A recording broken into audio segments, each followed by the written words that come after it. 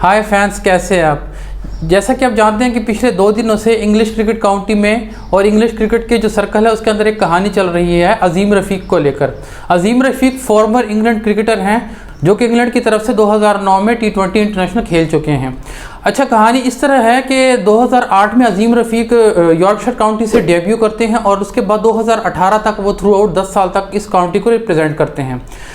Even कि अजीम रफ़ीक के अगर कैरियर को देखें तो वो अजीम रफ़ीक 2005-06 के बीच में अंडर 19 और अंडर 15 की जो उनकी टीम है उन वर्ल्ड कप के दौरान उनकी कप्तानी भी कर चुके हैं और उनकी कैप्टनसी में इंग्लैंड के जो आजकल के मेन प्लेयर्स हैं Ben Stokes, Jos Buttler, even कि जो रूट्स, ये सारे अजीम रफ़ीक की कैप्टनसी में खेल चुके हैं। तो कहानी कुछ इस तरीके से है कि अजीम रफ़ीक 2020 में ESPN क्रिक इन्फो को एक इंटरव्यू देते हैं जिसमें अजीम रफ़ीक इंग्लैंड के कुछ खिलाड़ियों के ऊपर ये इल्ज़ाम लगाते हैं कि उनके कैरियर के अंदर थ्रू आउट उनको ह्यूमिलिएट किया गया, उनके साथ कुछ अच्छा सलूक नहीं किया गया। तो दूसरी तरफ इंग्लिश प्लेयर्स भी इस चीज़ को एक्सेप्ट करते हैं कि उनकी तरफ से इस तरीके से मिस्टेक्स हुई है। 2 दिन पहले CDC यानी कि क्रिकेट डिसिप्लिन कमीशन ने जो रिपोर्ट दी उसमें ये साफ साफ बता दिया गया कि अजीम रफ़ीक के साथ जिस तरीके से ट्रीट किया गया वो कोई इतना अच्छा नहीं था, जिसकी बिना पर CDC ने इंग्लैंड के कुछ खिलाड़ियों को क्रिकेट से बैन किया और उनके ऊपर जुर्माने भी लगाए। अगर इल्ज़ामात की बात की जाए तो इल्ज़ामात को इतने छोटे नहीं थे, बहुत बड़े बड़े इल्ज़ामात लगाए गए हैं। सबसे पहला इल्ज़ाम जो अजीम रफ़ीक ने लगाया वो ये है कि चेतेश्वर पुजारा जो कि अभी रिसेंटली कुछ अर्सा पहले यॉर्कशायर काउंटी से खेले थे, उन्होंने ये इल्ज़ाम लगाया कि यॉर्कशायर काउंटी के जो कप्तान थे गैरी बैलेंस, वो चेतेश्वर पुजारा को केवन कहकर पुकारते थे और एलेक्स हेल्स भी इसी काउंटी से खेलते थे और एलेक्स हेल्स और गैरी बैलेंस आपस में हाउसमेट थे। एलेक्स हेल ने जो घर में कुत्ता पाला हुआ था उनका कलर ब्लैक था, इसी बिना पर उन्होंने उनका नाम भी केवन रखा। Kevin was something Gary used to describe everyone of colour in a very derogatory manner, whether that be publicly, whether that be within the dressing room, whether that be opposition. This is an open secret within the England dressing room. This is anyone that's come across Gary would know that that's a phrase he used to describe people of colour. It was used in a derogatory manner all the time. Gary and Alex Hales at the time got really close to each other when they played for England together, and that's my understanding. Obviously I wasn't present in that dressing room, but that's why I understand that Alex went on to name his dog Kevin because it was black. तो ये एक बहुत ही बड़ा इल्ज़ाम है कि किस तरीके से आप कुछ एशियन क्रिकेटर्स को केवन कह के पुकारते हो और केवन के नाम से ही अपने घर में कुत्ता पाला और कुत्ते का नाम भी आपने केवन इस वजह से रखा है क्योंकि उसका रंग स्याह है, ब्लैक रंग है उसका। एक और एशियाई खिलाड़ी हैं, उन्होंने भी इस बिना पर ये चीज़ बताई है कि उनका नाम मीडिया में नहीं आएगा। उन्होंने ये कहा है कि ड्रेसिंग रूम के अंदर कोई इतना अच्छा एनवायरनमेंट नहीं था काउंटी क्रिकेट के अंदर एशियन क्रिकेटर्स को लेकर। उन्होंने कहा कि एक दफ़ा एक इंग्लिश क्रिकेटर ने उनके सर के ऊपर कर दिया था। और दूसरा वाकया वो ये कोट करते हैं कि एक बार काउंटी क्रिकेट के कुछ खिलाड़ियों ने प्रेयर मैट यानी कि जाय नमाज को भी ख़राब करने की कोशिश की थी। For the first time I started to see for what it was. Felt isolated, humiliated at times, constant use of the word. We were on a bus trip in London to Surrey game and we went past a couple of men with beard and it was like, oh, is that your dad? If we go past the corner shop, or does your uncle own this? End of 2017, we had a really difficult pregnancy, and through that time, the treatment that I received from some of the club officials was inhuman. They weren't really bothered about the fact that I was at training one day and I get a phone call to say there's no heartbeat. I raised that complaint about Tim Bresnan, and Tim, former England cricketer, also related to the coach, blinded them into how they treated me through the pregnancy and the loss of my son. My first day back after losing my son, Martin Moxon literally got me in a room and ripped the shreds off me. I've never seen him speak to anyone like that through my time at the club.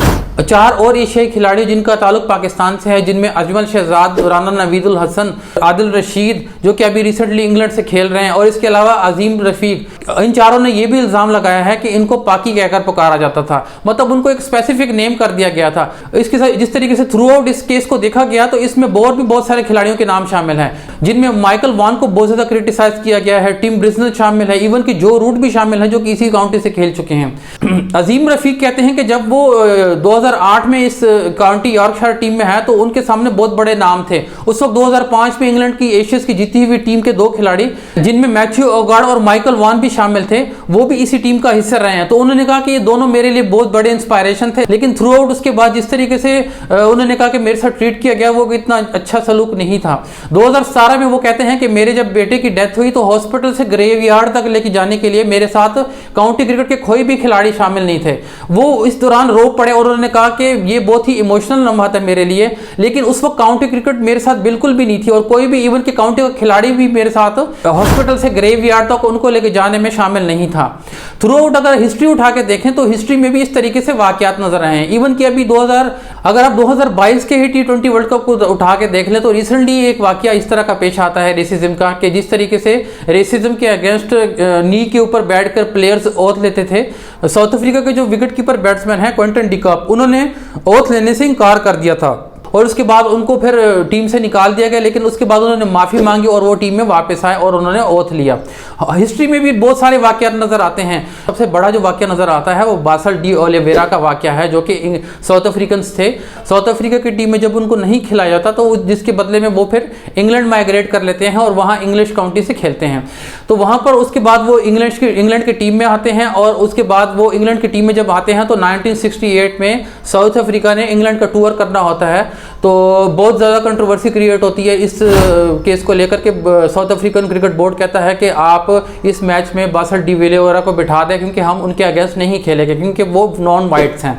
तो England cricket board और उसके बाद fans की तरफ से बहुत ज़्यादा reaction आता है, जिसके बदले में 4 टेस्ट मैचों तक तो उनको बिठा के रखते हैं। लेकिन उसके बाद एक प्लेयर की इंजरी होती है और वो 5वें टेस्ट मैच में वो आते हैं और डेब्यू करते हैं और वहाँ पर 128 रन की एक बहुत बड़ी इनिंग्स 1968 में खेलते हैं, जिसके बाद वो मुस्तकिल इंग्लैंड क्रिकेट टीम में अपनी जगह पक्की कर लेते हैं। उसके बाद एक रिटर्न टूर होता है 1970-71 का इंग्लैंड का साउथ अफ्रीका का, तो इस दौरान बासल डी ओलिवेरा का नाम भी इस टीम में शामिल होता है। लेकिन साउथ अफ्रीकन क्रिकेट बोर्ड के प्रेसिडेंट और इसके बाद उनके prime minister England cricket board को लेटर लिखते हैं कि अगर ये खिलाड़ी आएंगे तो हमने आपके साथ नहीं खेलना। तो जिसके जवाब में England cricket board basal de Oliveira को टीम से ड्रॉप करते हैं, जिसके बाद 1971 में एक बहुत ही बड़ा रिएक्शन आता है क्रिकेट फैंस और क्रिकेट कम्युनिटी अथॉरिटीज़ की तरफ से, जिसमें बासल डी ओलिवेरा को निकाल देने के बाद साउथ अफ्रीकन क्रिकेट के ऊपर 20 साल की पाबंदी लग जाती है। फिर 1991 में वो वापसी करते हैं, जिसके बाद वो इंडिया का टूर करते हैं और वापसी में फिर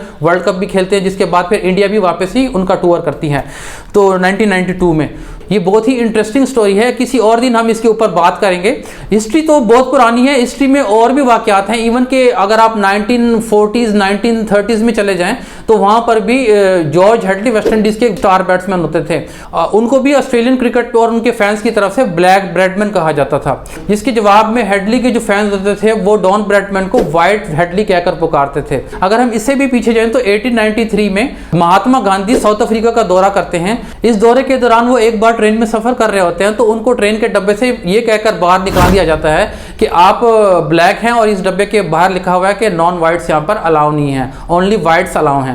तो ये एक बहुत ही बड़ा इंसिडेंट हमें नजर आता है। इसके बाद 1983 का एक वाकया है जब रिबल टूर्स होते हैं, जब साउथ अफ्रीका के ऊपर बैन होता है 1971 से 1990-91 तक, तो रिबल टूर्स होते हैं साउथ अफ्रीका, इंग्लैंड और ऑस्ट्रेलिया की तरफ से। तो उसमें फिर एक वेस्ट इंडीज का टूर होता है जिसमें 1983 में कॉलन क्राफ्ट इस टूर के दौरान एक ट्रेन में सफर कर रहे होते हैं। तो ट्रेन के जो कंडक्टर होते हैं वो उनसे कहते हैं कि आप 3rd क्लास अपार्टमेंट में चले जाएं ट्रेन के, जो कि ब्लैक्स के लिए है। जिस अपार्टमेंट आप ट्रैवल कर रहे हैं ये नॉन वाइट्स के लिए अलाउ नहीं है, यहाँ पर सिर्फ वाइट्स अलाउ हैं। तो उनको भी ट्रेन के उस पोर्शन से निकालकर 3rd क्लास पोर्शन में भेज दिया जाता है जो कि ब्लैक्स के लिए होता है। अगर हम अजीम रफीक की स्टोरी की तरफ वापस आएँ तो माइकल वॉन को इस केस में, जो कि परसों हेयरिंग हुई है, इस केस में उनको क्लियर कर दिया गया है, जब जबकि दूसरे खिलाड़ी हैं जिनमें मैथ्यू गार्ड, टिम ब्रिजनन हैं, गैरी बैलेंस है, उनको फाइन भी किया गया, उनको बैन भी किया गया है। इनमें से कुछ प्लेयर्स तो रिटायर हो चुके हैं, लेकिन वो फाइन पे करेंगे इस केस को लेकर, ठीक है। अब इस केस को लेकर 27 जून 2023 को नेक्स्ट हायरिंग होनी है। उसमें जो प्लेयर्स हैं जिनके ऊपर फाइन और बैन किया गया है, वो इस केस में इस फाइन और बैन के अगेंस्ट अपील कर सकते हैं। तो अब देखना यह है कि उसमें क्या डिसीजन होता है, क्या इस फाइन को बढ़ाया जाता है, इस बैन को कम किया जाता है, तो ये आगे चल के हमें पता लगेगा। तब तक हम इस केस की पूरी अपडेट्स आपके साथ शेयर करते रहेंगे। अगर आपको हमारी वीडियो पसंद आई है तो इसको लाइक और शेयर कीजिए और चैनल को सब्सक्राइब कीजिए ताकि आपको हमारी वीडियो टाइम पे मिल सके। Thanks for watching.